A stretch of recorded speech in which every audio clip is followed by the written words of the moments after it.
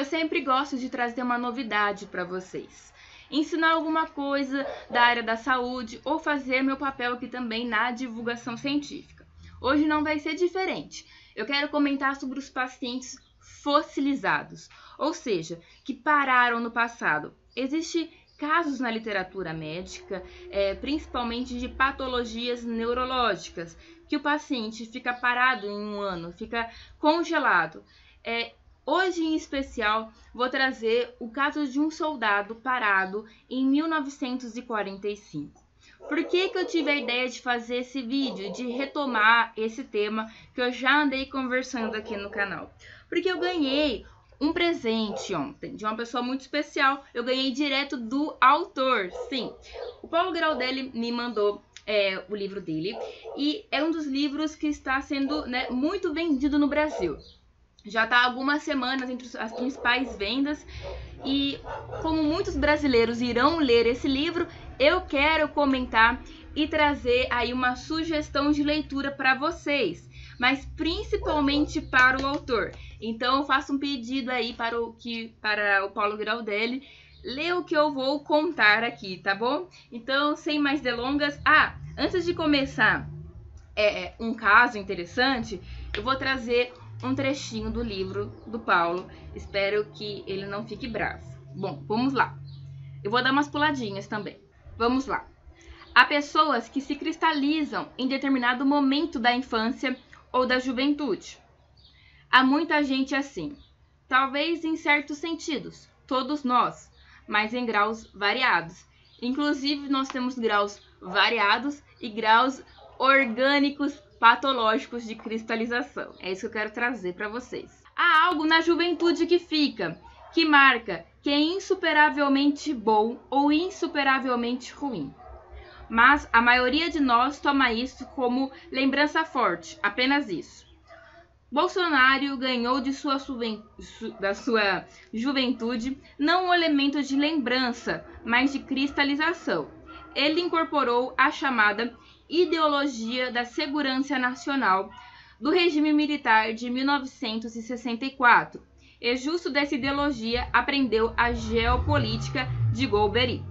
Bom, pessoal, sobre isso eu vou trazer uma história e depois concatenar o que as ideias. Eu quero trazer um outro livro do Oliver Sacks, um neurologista que marcou aí, que é muito consumido a sua literatura pelos médicos, mas também por curiosos, porque ele traz a medicina de um jeito muito gostoso, ele traz casos, ele é realmente um escritor de mão cheia. No livro O Homem que Confundiu Sua Mulher com o Chapéu, ele traz no capítulo O Marinheiro Perdido a história de Jimmy, que foi internado no início de 1975 em um lar de idosos, no arredores de Nova York, com uma enigmática carta de transferência informando: incapaz, demente, confuso e desorientado. Ele vai falar um pouquinho do Jimmy, eu também vou cortar algumas partes para ir mais rápido. Na diálogo, na entrevista, ele lembrava de muitas coisas, falou sobre casas, seus parentes, onde eles tinham morado. Ele ainda lembrava os números de seus telefones, dos parentes dele. Ele falou da escola, dos tempos de estudante, dos amigos que teve, da predileção por matemática e ciência. Discorreu com entusiasmo sobre seus tempos na Marinha. Estava com 17 anos. Acabara de concluir o curso secundário quando foi convocado em 1943. Com sua hábil mente de engenheiro, ele era talhado para o rádio e a eletrônica, e depois de um curso intensivo no Texas, foi parar em um submarino como operador assistente de rádio. Ele se lembrava dos nomes dos vários submarinos onde servia, as missões de cada um, suas posições, os nomes dos colegas de bordo. Recordava-se do código Morse e ainda era fluente na transmissão e recepção em Morse e em datilografia, sem olhar para o teclado. Uma vida rica e interessante, lembrada vividamente e em detalhes com carinho. Mas nesse ponto, por algum motivo, suas reminiscências cessavam, suas memórias cessavam, não parecia mais o passado. Ele recordava e quase revivia o tempo da guerra, do serviço militar, o fim da guerra e seus planos para o futuro. Acabara por gostar da marinha, pensava em continuar como marinheiro. Ao recordar e reviver, Jimmy se animava, não parecia estar falando do passado, mas do presente, e surpreendi-me com a mudança do tempo verbal em suas reminiscências, quando ele passou de seus tempos de escola para o que esteve na marinha. Então, com 17 anos, era passado, quando tinha terminado o ensino médio. Agora ele começou a falar no presente, nos tempos que ele esteve na marinha. Usava primeiro o pretérito, passando para depois falar no presente. E pareceu-me não só presente formal ou fictício do relembrar, mas o tempo presente real, da experiência imediata. Uma suspeita repentina e improvável apoderou-se de mim. Em que ano estamos, Sr. G? Perguntei, disfarçando minha perplexidade com um ar despreocupado. 45, ora bolas. O que está querendo dizer? E prosseguiu. Ganhamos a guerra, a Alemanha está morta, Truman está no comando, o futuro é brilhante. E Jimmy, quantos anos tem? De um jeito esquisito, incerto, ele hesitou por um momento, como se estivesse calculando. Bem, acho que tenho 19, doutor. Vou fazer 20 no próximo ano. Olhando o homem grisalho à minha frente, tive um pulso pelo qual nunca me perdoei. Aí ele vai continuando contando como que foi o exame, ele acabou dando um espelho para o paciente, ele ficou horrorizado, só que a memória dele, imediata, né, do presente não funcionava. Em poucos segundos ele esquecia tudo, e aí ele acabou também esquecendo esse desprazer que ele teve de olhar no espelho, porque ele não entendia o que estava acontecendo com ele, porque ele era alguém de 19 anos, ele não era um senhor. Jimmy é um paciente muito inteligente, muito perspicaz em jogo de xadrez, em quebra-cabeça. Ele tinha inteligência de realmente um jovem que acabou de concluir o ensino médio, está com tudo fresco na cabeça, sabia a tabela periódica, decora salteado mais a tabela periódica desatualizada, sem os novos elementos que já tinham sido colocados. Eu, de minha parte, estava dilacerada pela emoção. Era constrangedor, era absurdo, era imensamente desconcertante pensar naquela vida perdida no limbo, dissolvendo-se. Ele está, por assim dizer, isolado em um único momento da existência. Anotei em meus registros, com um fosso ou lacuna de esquecimento em toda sua volta. É um homem sem passado ou futuro, preso em um momento que não tem sentido e muda constantemente. É interessante que ele faz uma nota no livro que é assim, ó, em seu fascinante relato oral The Good War, 1985, Studs Terkel, transcreve inúmeras histórias de homens e mulheres, especialmente de homens combatentes, para quem a Segunda Guerra Mundial foi intensamente real. De longe, a época mais real e significativa de suas vidas, sendo tudo o que veio depois comparativamente muito pobre. Esses homens tendem a fixar-se na guerra e reviver as batalhas, o companheirismo, as certezas e intensidades morais. Mas essa fixação no passado e relativo deslustre do presente, esse embotamento emocional dos sentimentos e memórias correntes, em nada se assemelha à amnésia orgânica de Jimmy. Então é diferente, porque já se tinha desde muito antigo essa questão que depois que os soldados combatem o bom combate, parece que nada mais faz sentido.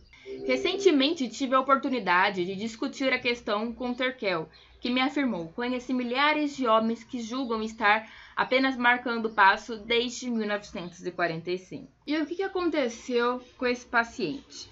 Inclusive o irmão dele relata, né? A Marinha, na opinião de seu irmão, proporcionava a Jimmy uma estrutura, uma vida, e verdadeiros problemas começaram quando ele saiu.